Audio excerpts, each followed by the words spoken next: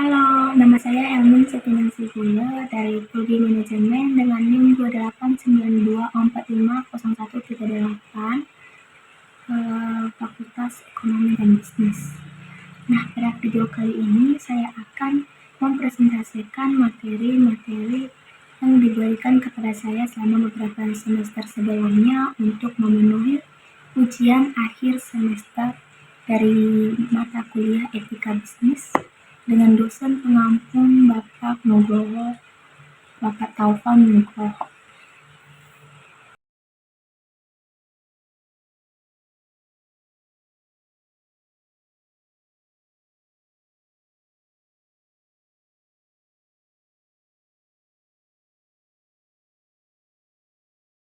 Kedua yaitu pasar bebas.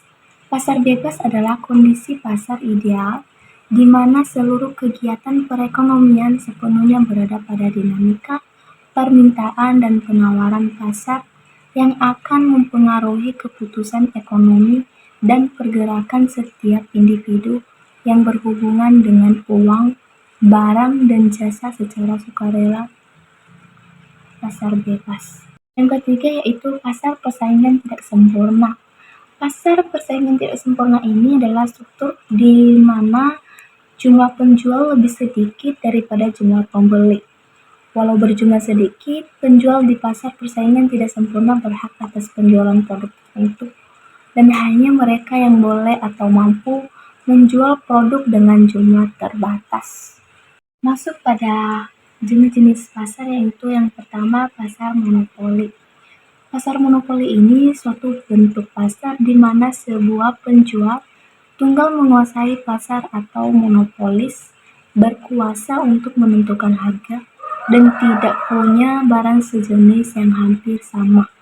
Contoh pasar monopoli ini itu yang pertama, perusahaan BUMN PLN, kedua, perusahaan minyak bumi, ketiga, perusahaan gas alam, dan lainnya.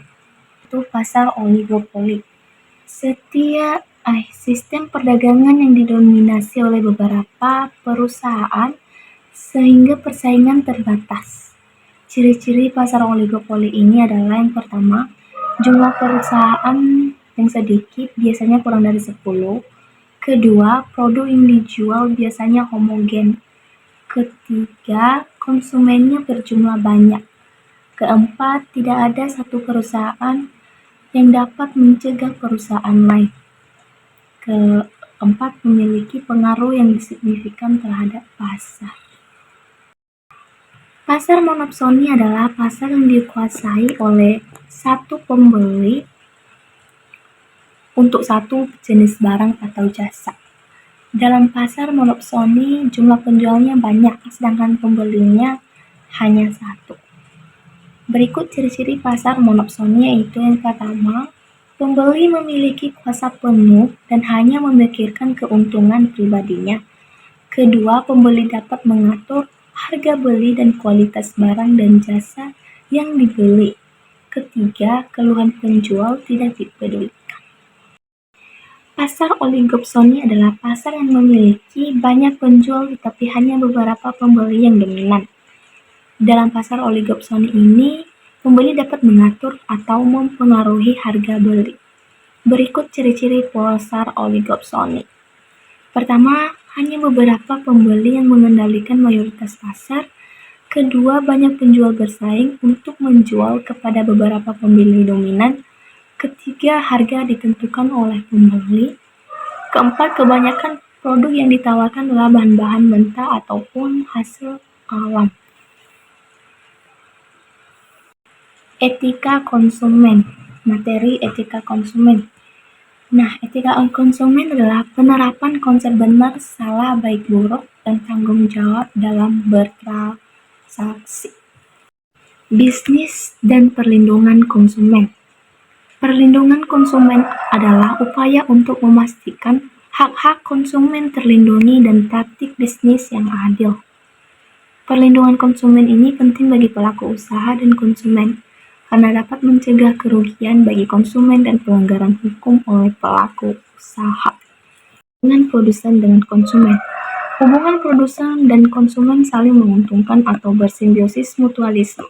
Keduanya memiliki ketergantungan yang tinggi dan saling membutuhkan satu sama lain. Contoh kasus etika konsumen yaitu Indomie di Taiwan. Indomie mengandung zat metil, parahidroksibenzoat dan benzoik acid, asam benzoat yang biasanya digunakan untuk kosmetik. Taiwan melarang zat ini sehingga Indomie ditarik dari peredaran di Taiwan. Beberapa fungsi iklan yang pertama yaitu memberikan informasi, membangun citra merek, mempengaruhi persepsi konsumen, membangun hubungan baik dengan konsumen, dan serta mendukung komunitas bisnis. Jenis-jenis iklan. Iklan komersial dan non-komersial, iklan penawaran, iklan layanan masyarakat, iklan pengumuman, iklan permintaan, dan terakhir iklan media elektronik dan media cetak. Itu contoh kasus etika pereklaman. Contohnya yaitu iklan Coklatos yang menampilkan adegan seorang anak berada di dalam kulkas. KPI Pusat menghimbau agar iklan tersebut diedit karena berpotensi melanggar etika pariwisata.